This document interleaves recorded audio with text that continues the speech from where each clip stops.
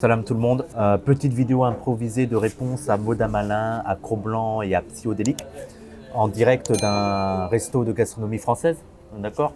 Petit plat français, petite boisson française, petite ambiance française, petite musique française. On a décidé de faire une réponse assez rapide à toute cette polémique très idiote, débile. Donc on va essayer de faire une petite réponse argumentée, de vous montrer à quel point déjà l'accusation est débile et à quel point eux-mêmes sont très bêtes. Donc on va commencer. Ça a commencé par Moda Malin et ça a ensuite été partagé par Cro-Blanc et par Psyodélique qui ont prétendu que j'appelais à prendre les armes et à battre les blancs. Voilà, à tuer tous les blancs de la planète. Cette accusation est tellement idiote que les gens qui nous regardent depuis presque un an maintenant sur Twitch et tout se rendent compte déjà du paradoxe et du fait que c'est complètement idiot par rapport à tout le discours qu'on a habituellement, que ce soit sur Twitter, que ce soit sur Twitch, que ce soit sur YouTube. On n'arrête pas de saouler les gens avec la notion et l'urgence de l'alliance des beaufs et des barbares. Et donc l'alliance des beaufs et des barbares, c'est l'alliance des blancs et des non-blancs. Si d'un côté je dis qu'il faut une alliance entre les blancs et les non-blancs et de l'autre côté je dis qu'il faut tuer les blancs, bah, l'alliance risque de pas trop se faire. En fait, il va y avoir un problème quelque part. Comment on fait s'il n'y a plus de blancs? On s'allie entre nous, l'alliance des barbares et des barbares. Donc déjà, c'est idiote comme accusation. Elle est idiote d'autant plus que, je sais pas, ces gens ont dû oublier que j'étais à moitié blanc, que la moitié de ma famille était blanche, que voilà, ça voudrait dire tuer la moitié de ma famille. Et aussi, c'est contraire à tout le discours et tout. Mais de toute façon, il y a juste à voir que le stream en question, c'est déjà un stream de 3 heures. Et avec Samir, on fait des streams minimum 2 fois par semaine. On fait aussi 3 heures à discuter et tout. Donc il y a vraiment des heures et des heures de stream, de vidéos, d'écriture et tout. Et tout ce qui trouverait sur notre plan maléfique de tuer les blancs, ce serait un petit extrait de 10 secondes dans lequel je dirais ça. Donc il y a déjà cette malhonnêteté de la part des trois. Toutefois, pour moi, ça ne suffit pas comme explication. Maintenant, il faut revenir aussi sur la phrase qui a été prononcée. Ce qui a provoqué débat, c'est une citation de Sartre. Et en fait, ce qui m'étonne, c'est que d'abord, ils ne connaissent pas vraiment Sartre. Et aussi, par exemple, dans Moda Malin, c'est qu'il a une incapacité intellectuelle à comprendre Sartre. Je veux dire, non, mais après, il faut le dire. On voit qu'il ne comprend pas la phrase, ou alors il est malhonnête, mais alors il choisit celle qu'il préfère. Et donc, la phrase de Sartre, c'est « abattre un Européen, c'est de faire d'une pierre deux coups. Supprimer en même temps un oppresseur et un opprimé. Reste un homme mort et un homme libre. Le survivant, pour la première fois, sent un sol national sous la plante de ses pieds. » Et donc ça, c'est aussi la suite de la citation qui est très intéressante parce que sans un sol national sous la plante de ses pieds, ça replace le contexte en fait de la citation. Et notamment dans le live qui a été en question, dans lequel Moda Malin a extrait 10 secondes, tout le long du live, je remets vraiment la citation dans le contexte. C'est-à-dire que Sartre fait cette citation dans la préface du livre de Frantz Fanon qui est sorti en 61, qui est le livre Les Damnés de la Terre. Alors Les Damnés de la Terre, c'est un peu un plaidoyer pour les luttes décoloniales, les luttes anticolonialistes et tout de l'époque. Et ça concerne l'Algérie, mais pas seulement. C'est vraiment toutes les luttes décoloniales et anticolonialistes. Et Sartre écrit dans cette préface, et l'objectif de Sartre, quel est-il? C'est que on est en 61, on est plein dans les luttes d'indépendance, que ce soit en Algérie, mais un peu partout dans le monde, et l'argumentaire des Occidentaux, et notamment de la France et des Européens, c'était de criminaliser la lutte d'indépendance décolonisée en disant que, en fait, ce sont des violents. Qui tuent, qui assassinent, ce sont des barbares, on pourrait régler ça de manière pacifique, mais non, eux ils sont violents et tout. Et on le voit par exemple avec la guerre d'Algérie, qui est l'exemple à prendre, c'est que le FLN a été présenté comme une organisation terroriste, barbare, violente, dont le seul but était de semer la terreur et le sang et tout. Pourquoi faire? En fait, pour criminaliser le FLN et pour monter les Français contre le FLN et en fait délégitimer la lutte d'indépendance des Algériens. Parce que le FLN, c'était la première organisation algérienne de l'époque. Et donc, que fait Sartre? Sartre, il prend cette notion-là, il dit « Mais en fait, vous êtes tarés les gens, vous êtes en train de mettre deux violences côte à côte et de faire des équivalences alors que non. » Et il dit qu'il y a des violences qui sont plus légitimes que d'autres. Quand on a, par exemple, une lutte entre un colon et une lutte entre un colonisé, la violence du colonisé, elle est déjà plus légitime que celle du colon.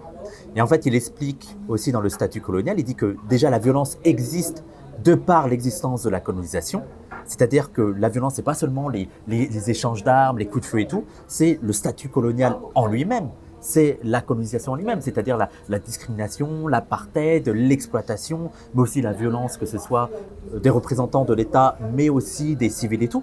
et aussi de l'OAS qui était très violent envers les colonisés. Par exemple, il y a des chiffres, il y avait seulement 5% des colonisés qui allaient à l'école. Le gros des moyens financiers pour le scolaire, c'était vraiment juste pour les colons. Voilà. Et donc, il expliquait que déjà, le colonialisme, c'était violent, déjà d'une. Et il disait ensuite, le problème, c'est que les colonisés veulent leur liberté, les colonisés veulent leur indépendance, les colonisés veulent lutter pour leur indépendance, et ils ont contre eux un mur, le colonialisme. Le colonialisme qui refuse de céder par le dialogue, qui refuse de céder par les solutions pacifiques.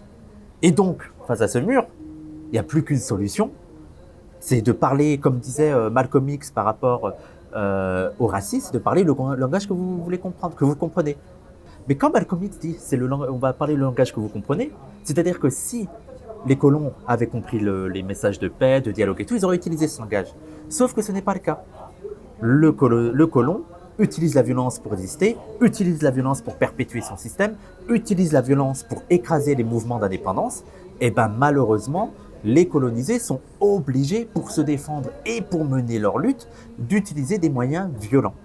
Et donc, sa phrase, c'est un peu dans ce sens-là. Il ne dit pas qu'il faut abattre un Européen, il n'est pas du tout dans le prescriptif. Il n'est pas en train de dire il faut abattre un Européen. Il est en train de faire une description de la situation. Et il dit que dans le truc colonial, parce que Européen, là, en gros, c'est colon.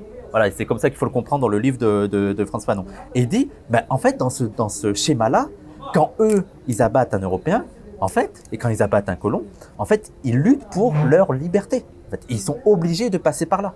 Ces luttes-là sont obligées de passer par là. Et en fait, il prend le plaidoyer de ces colonisés. Tu lèves la main ?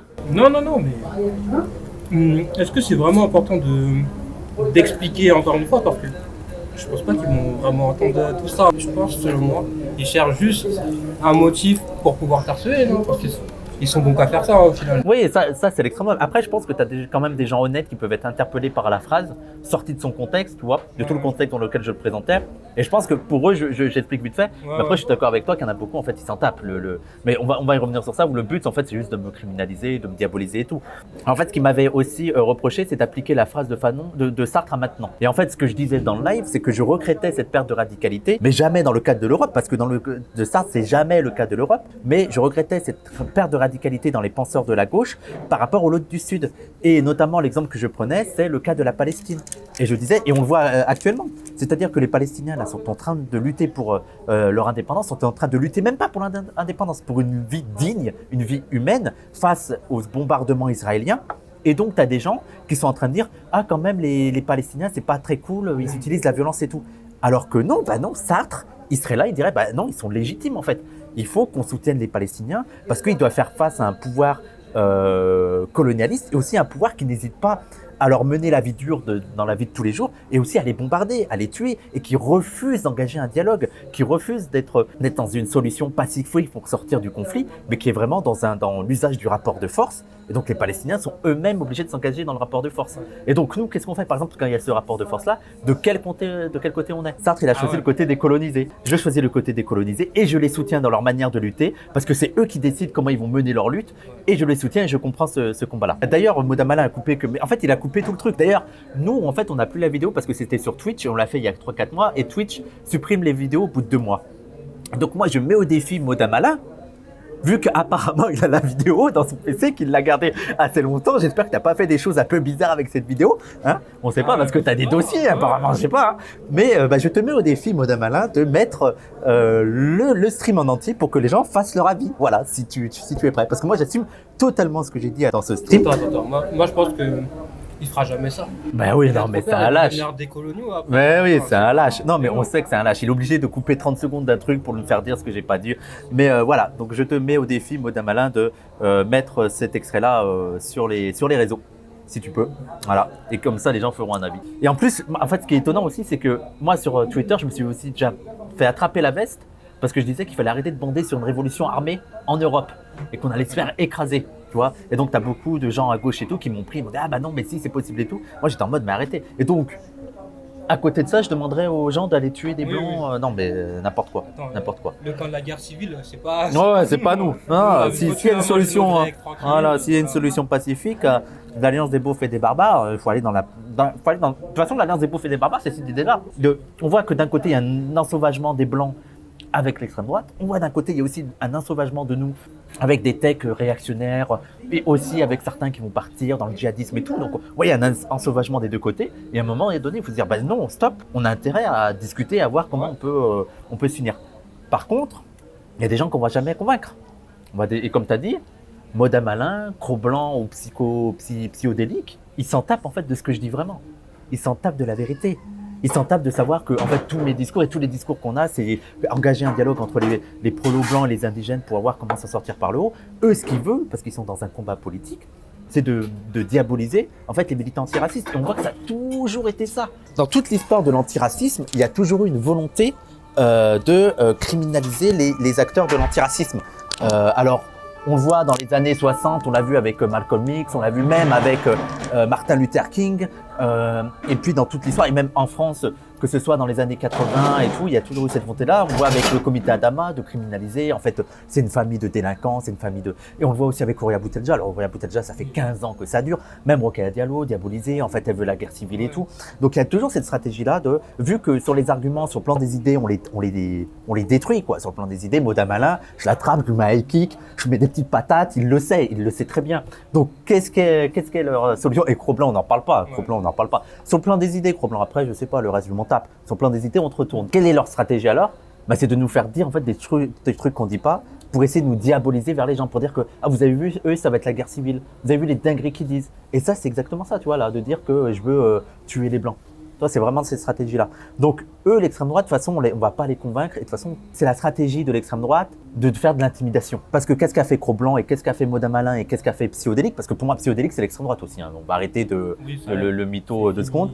En fait, ce qu'ils veulent, c'est que exciter leur public, là, l'extrême droite, pour qu'ils m'envoient des menaces et pour que moi, je sois en mode oh putain, faut que j'arrête, voilà, faut que je me taise et tout. Qu'est-ce qu'il y a comme solution à Psyodélique s'il veut sortir d'extrême droite?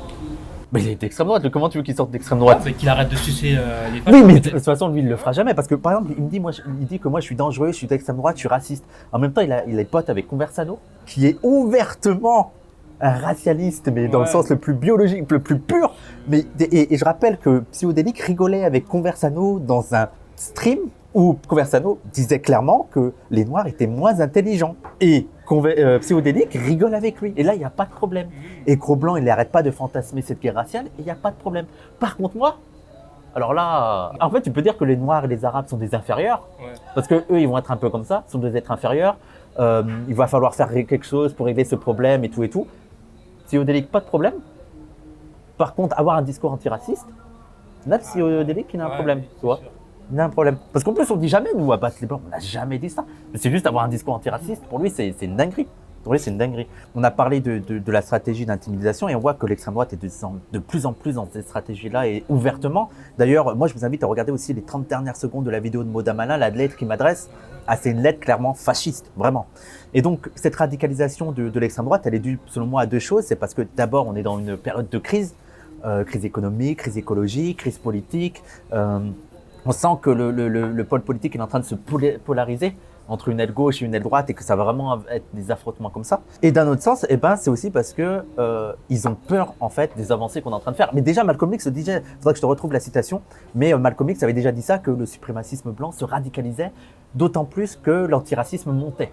Et donc là, on est totalement là-dedans. C'est que je pense qu'ils voient que nos discours sont en train d'être entendus. Tu as des gens que, au départ, ils étaient très offensifs contre nous, mais qui commencent à être convaincus. Ou au moins, il y a au moins un dialogue qui est en train de se faire. Et notamment par rapport à notre discours sur l'alliance entre les beaufs et les barbares. Et eux, je pense que ça leur fait peur. Parce que eux, ce qu'ils veulent, c'est remonter les beaufs contre les barbares, tu vois. Et donc, face à eux et à nous qui parlons de paix entre les beaufs et les barbares, ils voient que c'est en train de prendre. Ils se disent, putain, mais genre, il y a une panique. Il y a une panique, qu'est-ce qu'on va faire pour couper cet élan-là? Et je pense que c'est aussi pour ça que il faut aussi prendre ça comme une victoire. Comme une victoire, le fait qu'il m'attaque. Moi, je le prends comme une victoire aussi, tu vois, qu'il m'attaque comme ça. Parce que ça montre que notre discours il est en train d'être entendu et qu'ils ont peur. Et ça montre que tu as des gens qui commencent à être convaincus par ce qu'on fait. Et je pense que nous, on doit se dire ça en fait. On doit se dire que, et de toute façon, ça va être de plus en plus dur et tout, mais on doit se dire que c'est des succès. Et oubliez pas la citation de Mao. Si l'ennemi nous attaque, c'est bon signe. Et s'il devient de plus en plus virulent dans ses attaques, c'est encore plus bon signe. C'est qu'on fait des avancées, c'est qu'on avance. Et donc c'est pour ça que pour moi, il faut en même temps attaquer ce discours d'extrême droite, en même temps s'inquiéter de cette radicalisation, mais en même temps avoir de l'optimisme, se dire que voilà, on avance, on remporte des victoires, on remporte des batailles, et faut rester optimiste et surtout faut pas se laisser intimider. Faut pas se laisser intimider. Moi, en tout cas, je vais pas me laisser intimider. Je vais continuer. Et d'ailleurs, ce qui me permet, et ce qui me permet de continuer, c'est d'avoir les gens qui me soutiennent et tout. Toi, sans eux, je veux dire, moi, s'il y avait que des gens qui m'insultaient, j'aurais dit ah ouais. Mais comme il y a des gens aussi qui me soutiennent et tout, bah voilà, faut continuer et puis c'est tout. Hein. Il y a aussi un truc, c'est que faudrait enfin qu'on considère que psychodélique et d'extrême droite, parce qu'en fait, ce qu'il y a de l'once de respect que j'ai pour Moda Malin et Cro-Blanc, c'est qu'ils assument qu'ils sont d'extrême droite. Ils ont au moins cette honnêteté. Alors que Psychodélique, non, ne l'assume pas. Mais en fait, gros, on sait que tu es d'extrême droite. Et je pense que tu ne te rends pas compte de... peut-être que tu te rends compte et tu es ouvertement comme ça et tu es ouvertement une saloperie, je sais pas si on peut le dire. Une saloperie. Ça fait que des esquives. Ah ouais, c'est que en fait, tu es en train de mettre des cibles sur les gens, sur des militants. Et tu es en train de mettre des cibles sur tes viewers d'extrême droite pour qu'ils fassent des actions. Parce que d'ailleurs, et je voudrais aussi le préciser là, Psychodélique, si tu es persuadé que j'ai dit des trucs comme il faut tuer les blancs, ben porte plainte. Porte plainte. Tu me dis tu vas porter plainte et je vais être là, oui, il veut porter plainte et on y va. Go, porte plainte. Ou alors, peut-être que tu ne crois pas à la justice, mais ça voudrait dire alors c'est quoi la solution à côté Psychodélique? Ce serait quoi la solution selon toi de faire ces vidéos et toi?